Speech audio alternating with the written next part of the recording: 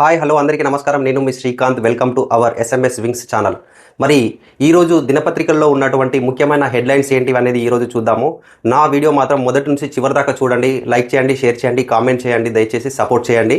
మరి ఈరోజు దినపత్రికల్లో ఏవైతే ఉన్నాయో ఒకసారి చూద్దాం. సంచలనమైన ఈరోజు హెడ్లైన్స్ ఉన్నాయి అన్ని న్యూస్ పేపర్లో. తప్పకుండా మీరు ఫస్ట్ నుంచి చివరి దాకా చూడండి. చూస్తే మీకు అన్ని ముఖ్యమైన హెడ్లైన్స్ను మీరు చూడొచ్చు. దయచేసి చూడండి. మరి ఇక్కడ ఈనాడు దినపత్రికలో కనుక మనం చూసుకున్నట్టయితే పెద్ద హెడ్డింగ్ ఇచ్చారు. ఎన్ కన్వెన్షన్ నేలమట్టం అని చెప్పేసి ఇచ్చారు. ఎన్ కన్వెన్షన్ అంటే సినీ నటుడు నాగార్జునకు సంబంధించినటువంటి ఒక ఫంక్షన్ హాల్ నిర్మాణం అన్నమాట.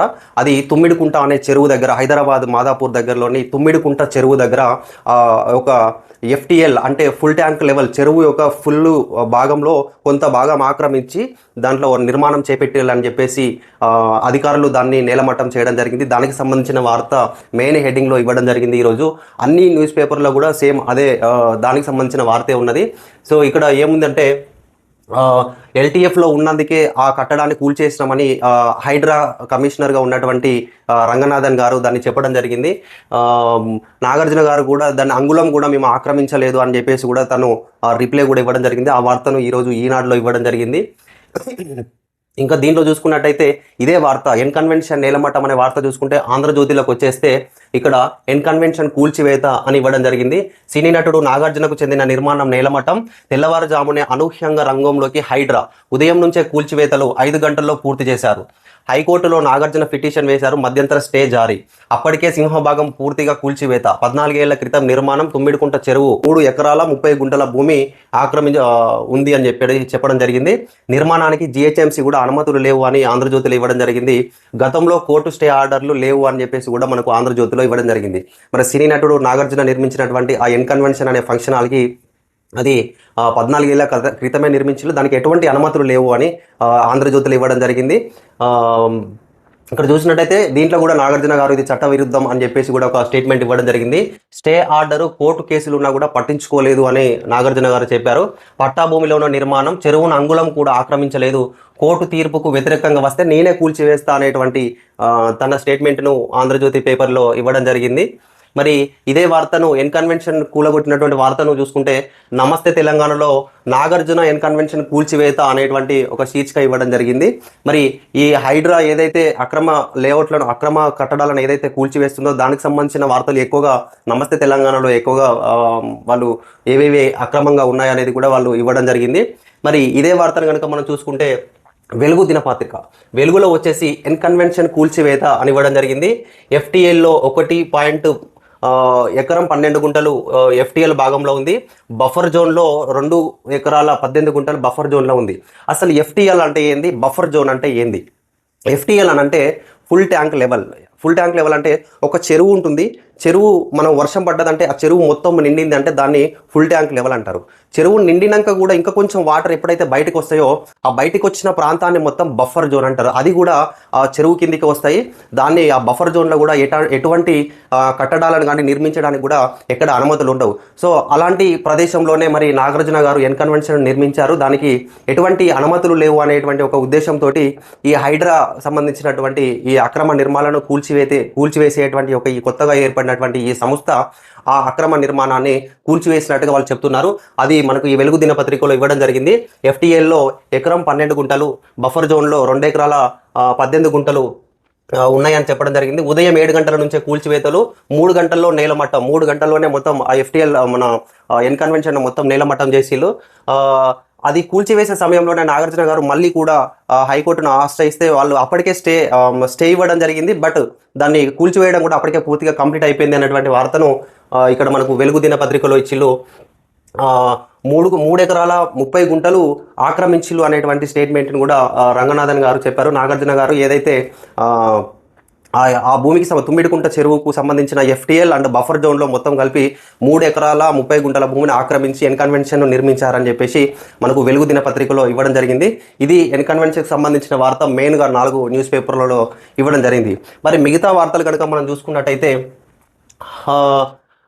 మన బట్టి విక్రమార్క గారు ఢిల్లీ పర్యటనలో ఉన్నారు. మన కేంద్ర ఆర్థిక మంత్రి నిర్మలా సీతారామన్ గారిని కలిసి వడ్డీల భారం తగ్గించండి, రుణాల పునర్వ్యవస్థీకరణకు సహాయం చేయండి అని మన ఆర్థిక మంత్రి గారిని, మన రాష్ట్ర ఆర్థిక మంత్రి గారు కేంద్ర ఆర్థిక మంత్రి అయినటువంటి నిర్మలా సీతారామన్ గారికి విజ్ఞప్తి చేయడం జరిగిన అన్నట్టు ఒక న్యూస్ మనకి ఈనాడులో ఇవ్వడం జరిగింది.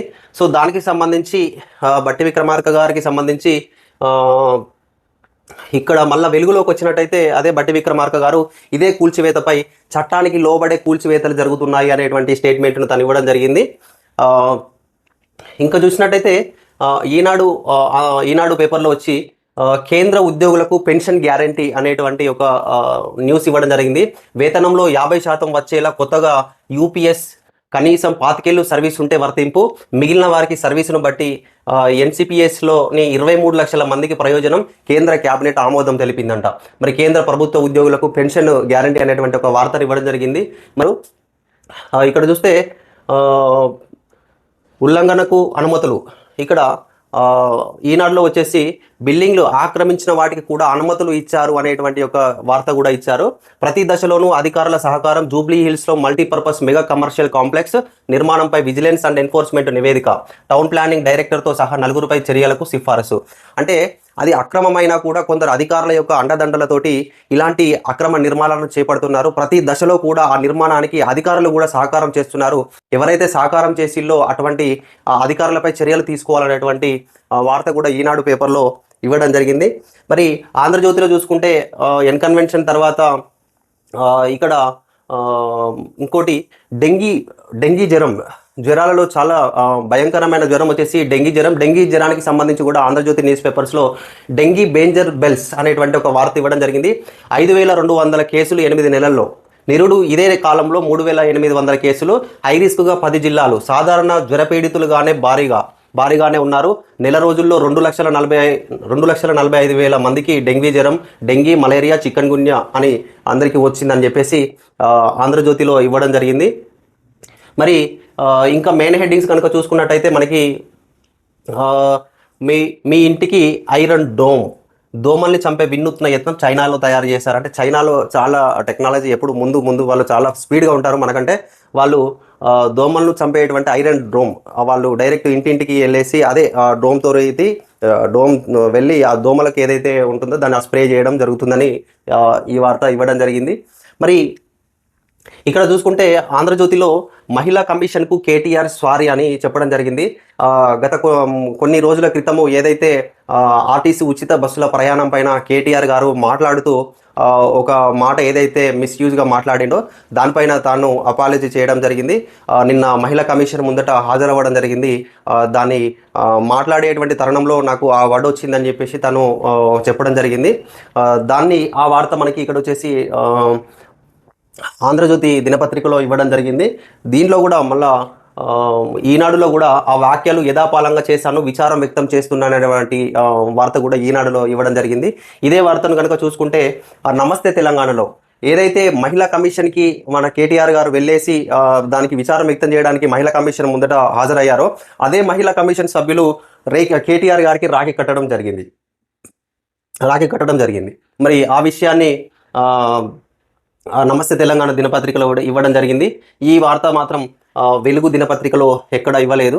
మరి ఇంకో వార్త చూసుకుంటే మాత్రం విదేశాలకు వెళ్లే విద్యార్థులు 37% 4 రాష్ట్రాల నుంచే వెళ్తున్నారు. తెలుగు రాష్ట్రాల నుంచి 12.5% మందే విదేశాలకు వెళ్తున్నారు మన దేశం మొత్తంలో అనేటువంటి న్యూస్ కూడా మనకి ఈనాడులో ఇచ్చారు. ఈనాడులో ఇంకా మెయిన్ హెడ్డింగ్స్లో పెద్ద న్యూస్ ఒకటి ఇచ్చారు. ఏఐతో మానవాళికి ముప్పు లేదు అనేటువంటి, ఆర్టిఫిషియల్ ఇంటెలిజెన్స్ తోటి మానవాళికి ఎటువంటి ముప్పు లేదు అనేటువంటి కూడా వార్తనిచ్చారు. ఎందుకోసం అంటే ఆర్టిఫిషియల్ ఇంటెలిజెన్స్ తోటి కొన్ని ఐటీ ఉద్యోగులకు నష్టం వాటిల్లుతుంది, దాని ద్వారా ప్రాబ్లం అవుతుందని చెప్పేసి కొందరు దానికి వ్యతిరేకంగా ఉన్నారు. కానీ దానితోటి ఎటువంటి ప్రాబ్లం లేదు అని చెప్పేసి ఇక్కడ మెయిన్ హెడ్డింగ్ను మనకు ఇక్కడ పైన ఇవ్వడం జరిగింది. సాంకేతికత ఎంత ఎదిగినా మనుషుల చేతిలోనే దాని యొక్క కీ ఉంటుంది అని, కొలువులపై ప్రభావాన్ని ఇప్పుడే అంచనా వేయలేం, ఫేకుల ప్రమాదం పొంచి ఉంది. ఈనాడుతో బాత్ యూనివర్సిటీ శాస్త్రవేత్త డాక్టర్ హరీష్ తయ్యార్ మడబూషి గారు ఈనాడు ఇంటర్వ్యూలో తను చెప్పడం జరిగింది. అంటే ఏఐ తోటి ఎటువంటి ముప్పు లేదు అనేటువంటి ఒక ముఖ్యమైన సమాచారాన్ని తను ఈనాడుతో పంచుకున్నారు. మరి ఆంధ్రజ్యోతిలో ఏదైతే ఈనాడులో కేంద్ర ప్రభుత్వ ఉద్యోగుల పెన్షన్ గురించి ఏదైతే ఇచ్చారో ఆంధ్రజ్యోతిలో కూడా పింఛన్కు కొత్త పథకం అనేటువంటి వార్త మెయిన్ హెడ్డింగ్లో కూడా ఇచ్చారు. కేంద్ర ప్రభుత్వ ఉద్యోగులకు ఏకీకృత పింఛను వచ్చే ఏడాది ఫిబ్రవరి నుంచి అమల్లోకి. చివరి 12 నెలలు మూల వేతనం సగటులో పింఛన్గా 50% పొందేటువంటి వెసులుబాటు ఉంది. 25 ఏళ్ల సర్వీస్కు అంత మొత్తం 10 ఏళ్ల సర్వీస్కు కనీస పింఛను 10,000 ఆమోదించిన కేంద్ర మంత్రివర్గం 23 లక్షల మంది కేంద్ర ఉద్యోగులకు లబ్ధి. ఈ పింఛను కొత్త పథకం ఏదైతే కేంద్ర ప్రభుత్వ ఉద్యోగుల ఏకీకృత పింఛను పథకం ఏదైతే ఉందో దానికి 23 లక్షల కేంద్ర ప్రభుత్వ ఉద్యోగులకు లబ్ధి అనేటువంటి వార్తను మనకు ఆంధ్రజ్యోతి న్యూస్ పత్రికలో ఇవ్వడం జరిగింది. ఇక మొత్తం ఇక్కడ చూసినట్టయితే ఈనాడు న్యూస్ పేపర్లో వచ్చేసి మనకి ఏఐతో ముప్పు లేదు అనేటువంటి స్టేట్మెంటు, ఇన్కన్వెన్షన్ నేలమాటము, కేంద్ర ఉద్యోగులకు పెన్షన్ గ్యారంటీ. మరి అన్ని న్యూస్ పేపర్స్లో ఉన్నటువంటి మెయిన్ హెడ్డింగ్స్ను మీ అందరికీ చూపెట్టాను. మన వీడియోను లైక్ చేయండి, షేర్ చేయండి, సబ్స్క్రైబ్ చేయండి. ఎవరైతే సబ్స్క్రైబ్ చేయని వాళ్ళు ఉంటే తొందరగా సబ్స్క్రైబ్ చేయండి. ప్రతిరోజు మీ ముందుకు మెయిన్ దినపత్రికలో ఉన్నటువంటి మెయిన్ హెడ్లైన్స్ని మీ ముందుకు తీసుకొస్తాను మీ యొక్క సహకారంతో. అందరికీ బాయ్ బాయ్.